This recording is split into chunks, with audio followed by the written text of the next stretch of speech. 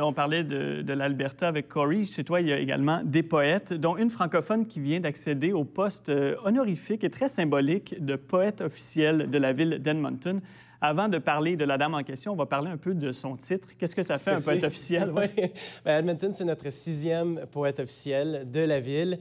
C'est un mandat de 2 ans. Essentiellement, c'est une personne distinguée en poésie qui va, de un, représenter les arts littéraires, donc inciter les gens à s'intéresser à la poésie et la littérature, mais de deux, aussi représenter la ville, son histoire, sa culture dans ses textes, qui aura l'occasion de créer des textes originaux, de les présenter non seulement à la ville d'Edmonton et dans ses événements, mais aussi à l'extérieur. Donc, elle devient un peu l'ambassadrice littéraire, si vous voulez, de la ville d'Edmonton. Alors ça, c'est la description du poste. Qui a ce poste? Qui est cette poète? Pierrette Requier, c'est une franco-albertaine qui a été nommée en poste au mois de juillet, donc elle ne fait qu'entrer dans ses fonctions. Elle est originaire d'un tout petit village qui s'appelle Donnelly, un village francophone dans le nord de la province, qui est pas loin de la ville de Peace River, qui habite quand même à Edmonton depuis environ une 20aine d'années et qui a longtemps été très impliquée non seulement dans la communauté littéraire, mais dans la communauté francophone aussi. Une éducatrice, une écrivaine très talentueuse. Et j'ai eu l'occasion de m'asseoir avec elle justement pour faire une petite entrevue. Et elle a commencé en me disant que la poésie est en fait beaucoup plus accessible que ce que l'on pense. Très bien. Elle parle du rôle justement de la poésie. On écoute Pierrette Requier. C'est un médium que j'adore et les gens pensent que la poésie, ça peut être difficile, c'est pas comprenable.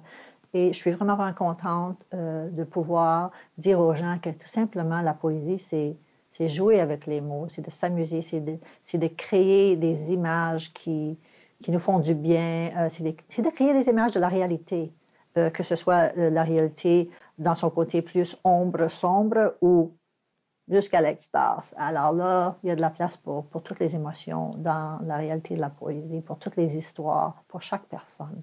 Chaque personne a son histoire. Chaque personne a quelque chose à dire. Il n'y en a pas de vie plate.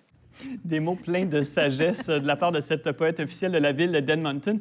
Corey, son œuvre est reconnue pour faire éclater quand même le moule linguistique. Oui, parce qu'elle a vraiment un style intéressant linguistique, justement, parce qu'elle a longtemps, pendant sa carrière et sa vie, écrit en anglais, mais en parsemant un peu des mots en français, parce que ça fait partie de sa culture. Et elle a justement un livre intitulé « Details from the Edge of the Village », qui est une collection de poèmes et de textes en anglais, mais justement, comme j'ai dit, parsemés de mots français.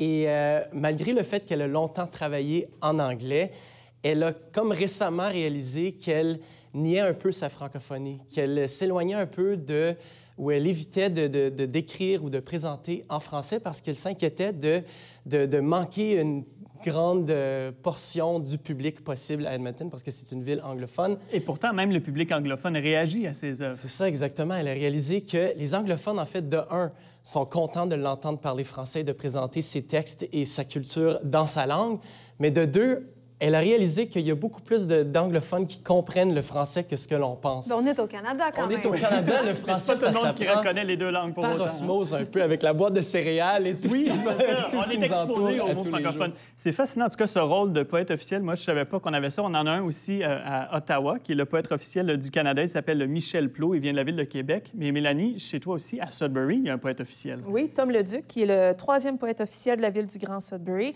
Et Corey disait que la poète officielle écrit dans les 2 langues.